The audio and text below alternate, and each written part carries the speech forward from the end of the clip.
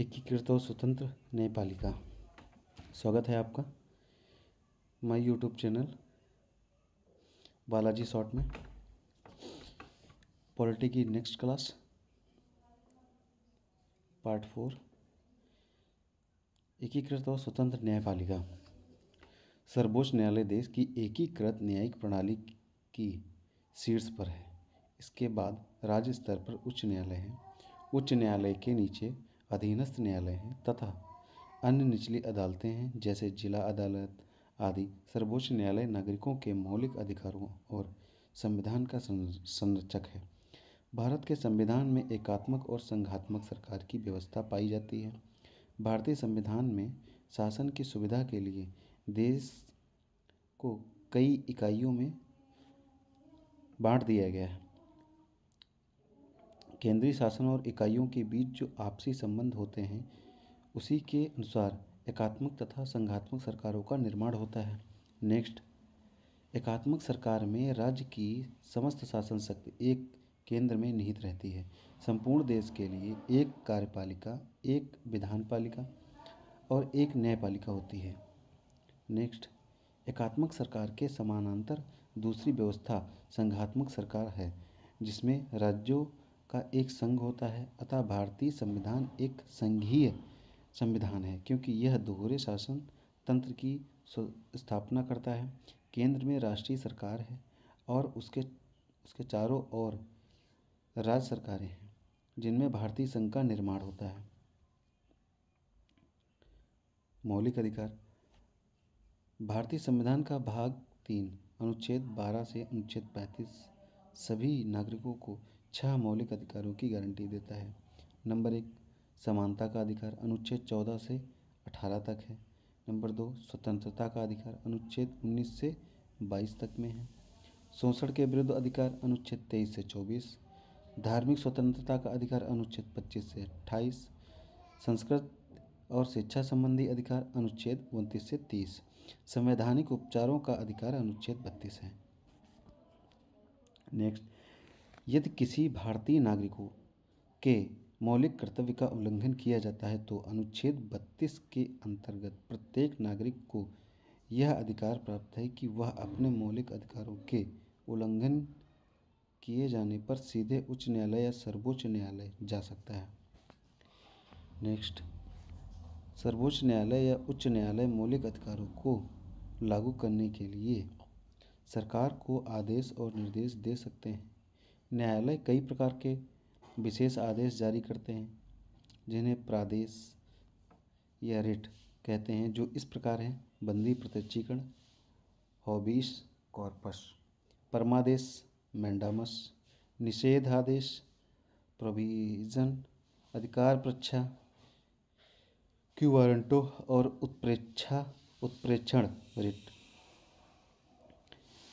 ओ भाइयों, ये इंग्लिश और हिंदी दोनों में याद होना चाहिए क्योंकि एग्ज़ाम में हिंदी और इंग्लिश दोनों में पूछा जा चुका है। नेक्स्ट है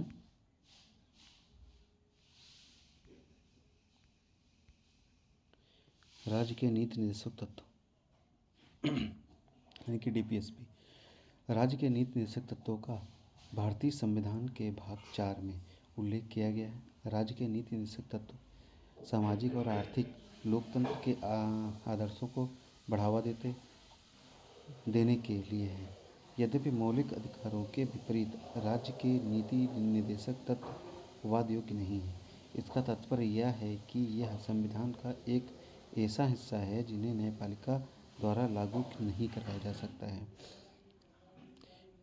मिनर्वा मिल्स मामला इस 1980 में आया।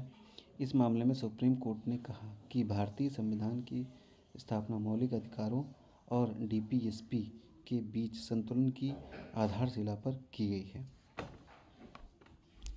मौलिक कर्तव्य क्या होते हैं, सुनिए।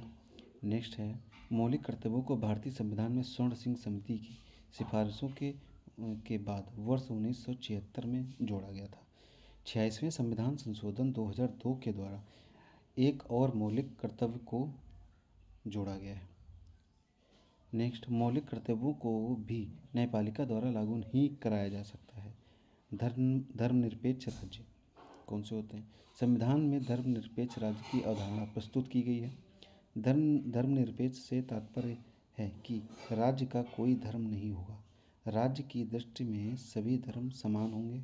अतः धर्मनिरपेक्ष राज्य किसी धर्म का विरोध नहीं करता है और ना ही धर्म के प्रति उदासीन होता है, बल्कि धार्मिक मामलों में तटस्थता की नीति अपनाता है।